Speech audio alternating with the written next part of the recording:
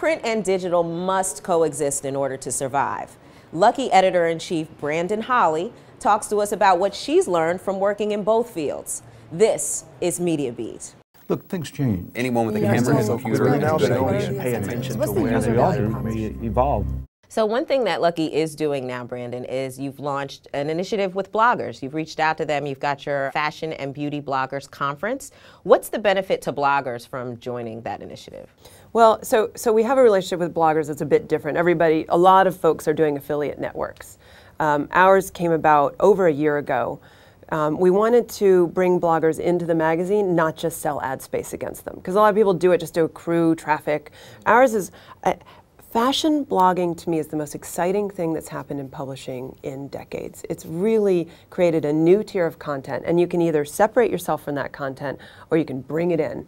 And so one way that we bring it in is we have a desk where bloggers can come and sit, our style collective, they're called the Lucky Style Collective. They contribute content to the magazine. They contribute certainly online. So it's a sharing of pockets of audience, right? So if you're a fashion blogger, someone's reading you and she loves you and she thinks she's really into fashion, right?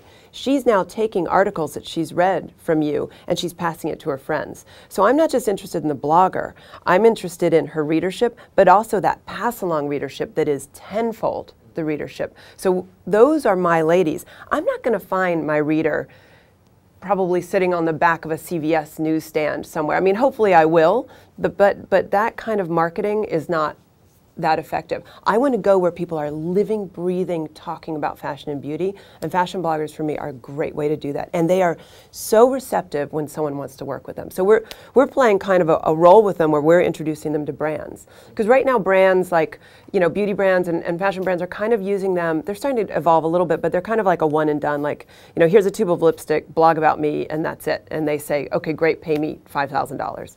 It's a really bad model.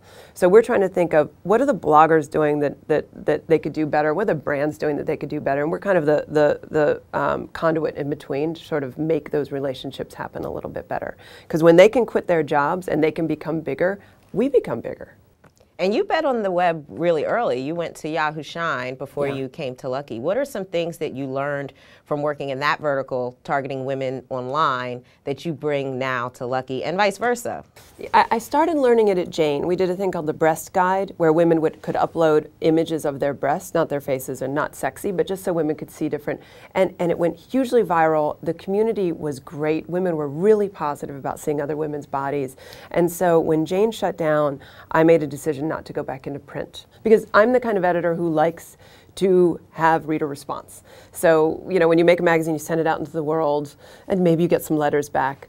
What I learned at Shine, and it's, you know, now one of the biggest women's destinations online, is that women are really want to share about things that are important to them. Sometimes they want it from an editor, sometimes they want it from a peer. And what was interesting to me was the community building that we found on Shine.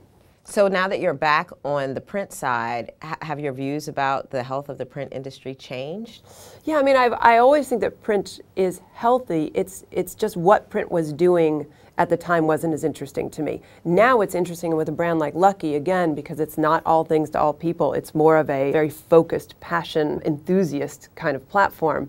It's interesting to me because women share about fashion in an amazing way. So to build community around shopping and beauty is exciting. I mean, what's the first thing you think about when you get a new job or you're asked on a date or, you know, you're going on a trip? What do I wear? So women start to share more about their lives when they talk about what they're going to put on their bodies. It brings out enormous insecurities, enormous things about your body and the way you feel about yourself, your job, your relationships. So it's kind of a great way to get to community, and that's where we're going to start building out a little bit more.